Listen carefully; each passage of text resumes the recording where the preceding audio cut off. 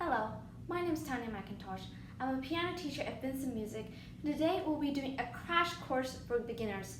Basically, what I want to do in this lesson is just give you a quick reminder or just a quick look at various symbols you will see normally as a beginner player. Very important basics you should know that will help you throughout your music journey. So one thing I want to start off with is rhythm, the kinds of note values you may come across as a beginner player. So firstly, let's start off with the crotchet note. So the crotchet note is basically a one beat note that you would normally see in your beginner pieces. It goes something along the lines of 1, 1, 1, 1. And when you're playing the piano, you want to adjust it to that pulse. 1, 1, 1. It's called crotchet note. Now, it can also be called the quarter note if you are interested in just stating it in American terms, but in British terms, we also call it the crotchet note. It's whatever you prefer, so call it quarter note. And it lasts for one beat. That's pretty much it. So, next thing you will come across is the minim note, or the half note. Now the half note lasts for, or minim note, whatever you like to call it, lasts for 2 beats. And it basically just goes something along the lines of this. 1, 2, 1, 2, 1, 2. So if you're playing a note on the piano and it resembles the half note or the minim note, then you want to make it last for 2 beats. 1, 2, 1, 2. You hold it for 2 beats. Some people make the mistake of going 1, 2, 1, 2, 1, 2.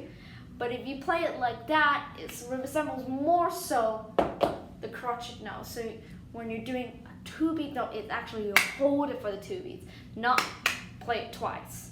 So just want to make a quick note of that, okay? You hold a note, not play it twice. So I'm just gonna move into the bottom section. Hopefully you guys can see it. I'm gonna move on to the dotted minim. Now,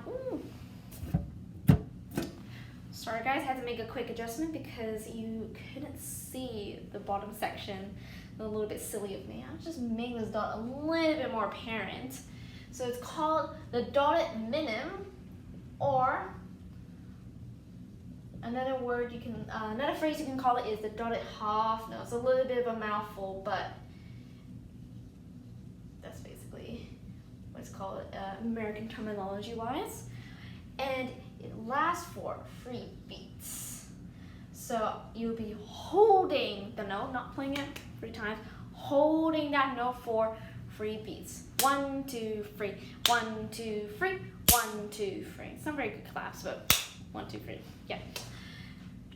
One quick tip you might like to know is that when you add a dot to something, it actually you add another half to it. So let's say a minim note, you add a dot to it, you actually add a crotchet note to it, or 1 beat to it, and that's what makes 3 beats.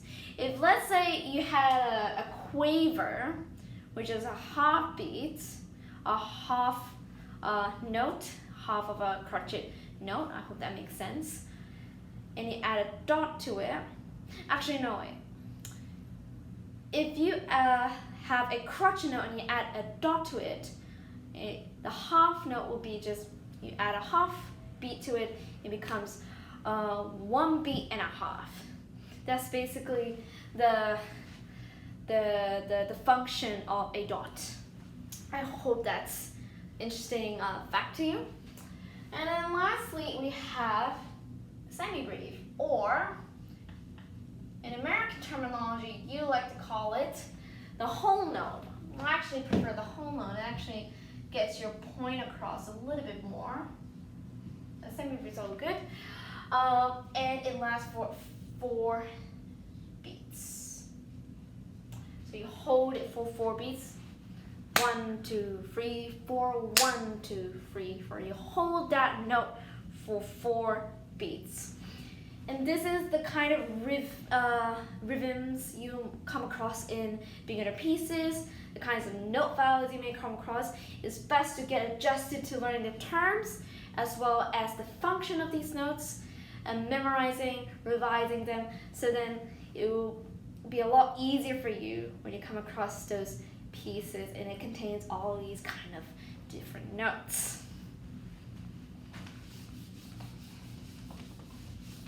So the next thing I want to go over is time signatures. So there's 3 kinds of time signatures I would like to discuss. One is 4/4. Second is 3/4. Lastly, you got 2/4.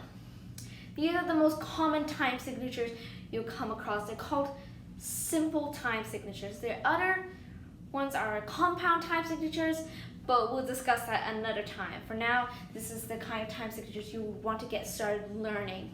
So 4/4 means 4 beats per bar or 4 crotchet beats per bar. What these time signatures are meant to do is just to organize the beats on the pieces. If you don't have these time signatures, it will be a little bit of a mess and it will be a little difficult to make sense of what you're playing. So that's why you have these time signatures to organize the beats on the piece. And 4/4 is 4 beats per bar. And for example, you have something like this. You have 4/4 and it will be organized like this. 1, 2, 3, 4. 1, 2, 3, 4. So 4 beats per bar. 1, 2, 3, 4. 1, 2, 3, 4. And 1, 2, 3, 4. That's basically the function of time signature.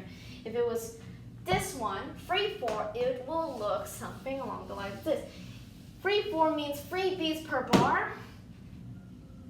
So it'll look something like this.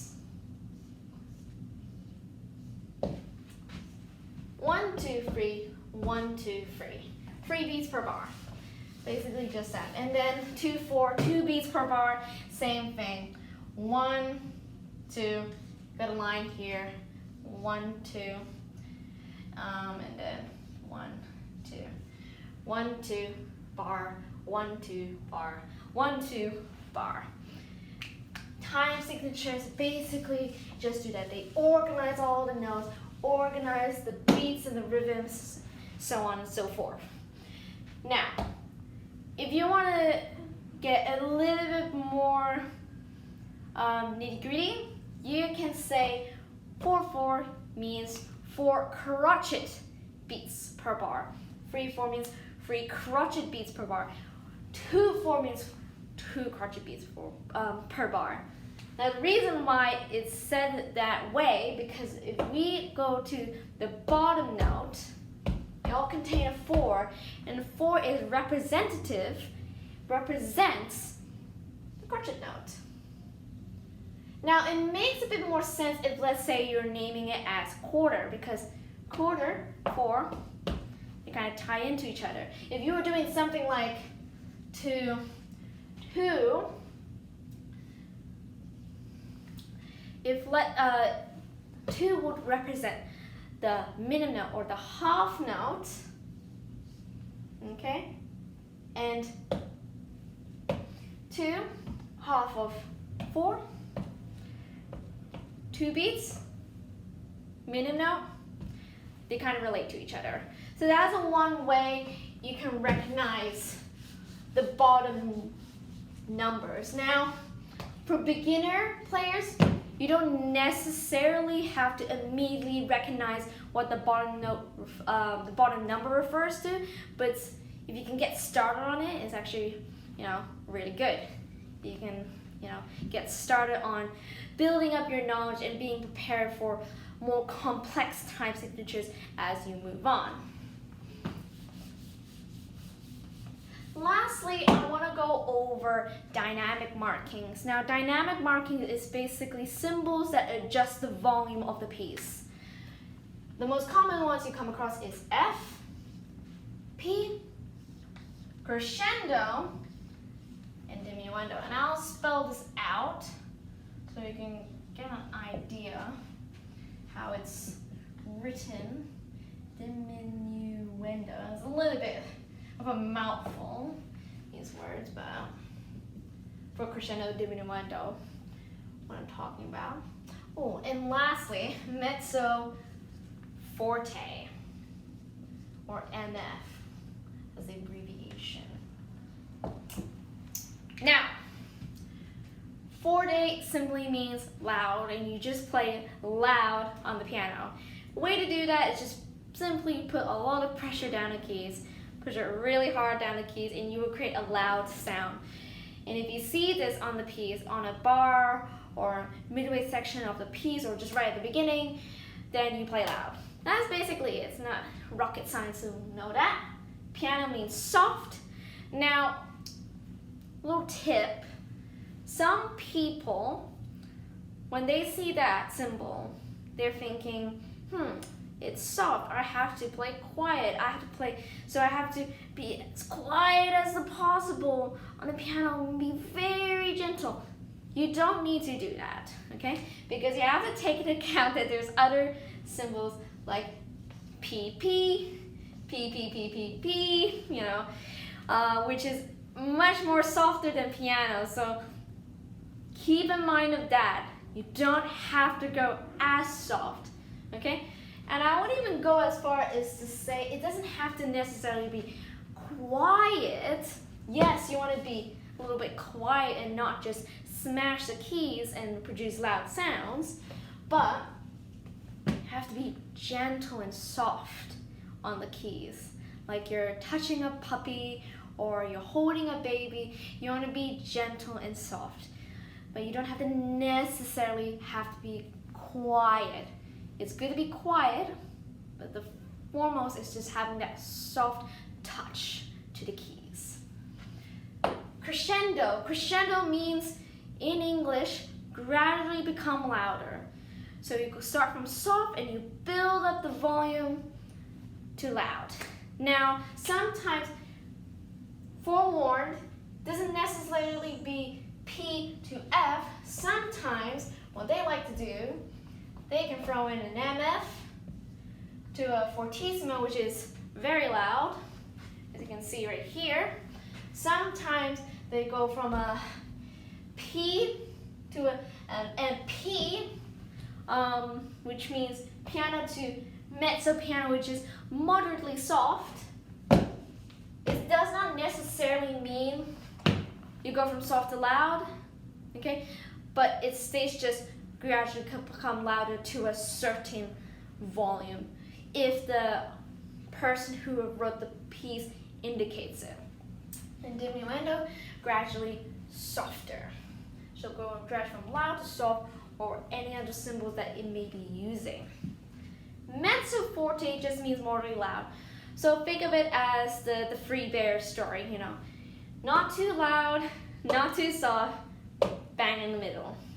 That's basically it. That's just your average volume that you would normally be sitting on when you're playing. And that is dynamic markings. Actually, I want to go over one more thing. One more thing that you may want to know is staccatos and slurs. And I'll put it here. So, what is a staccato slur? So, staccato slur is changing the way you play the key. So instead of just like playing it blasé about it, instead you'll be thinking about, and I'm gonna put a little bit more, so I don't think you can see the dot. Processing and thinking about the way you should play the notes. For staccato, instead of just playing blasé, like I mentioned before, what it's asking you to do is play the note short and disconnected. So, and normally the way to play is to imagine that you're touching a hot pan, okay? You don't want to rest your fingers on that hot pan for too long because it's going to burn and you're going to get hurt. Okay, you just want to tap it. Okay, tap it and quickly let go of the keys without hurting yourself. That is normally how I would describe when playing a staccato note. With the slur translates to legato, and in English, legato means smooth and connected. And smooth and connected, you want to just join the one note to the other, smooth and connected. You're connecting all the notes in a smooth way. And that is staccato slurs, and I hope that makes sense. There you go. And that is basically a crash course for beginners. I hope this video was helpful. If there's any questions or concerns about the video that I have presented, please let me know. I'm happy to learn from you guys as well, as I'm also learning as well. You know, everyone continues to learn no matter what level they are in. I hope you have a good day, and I'll see you next time.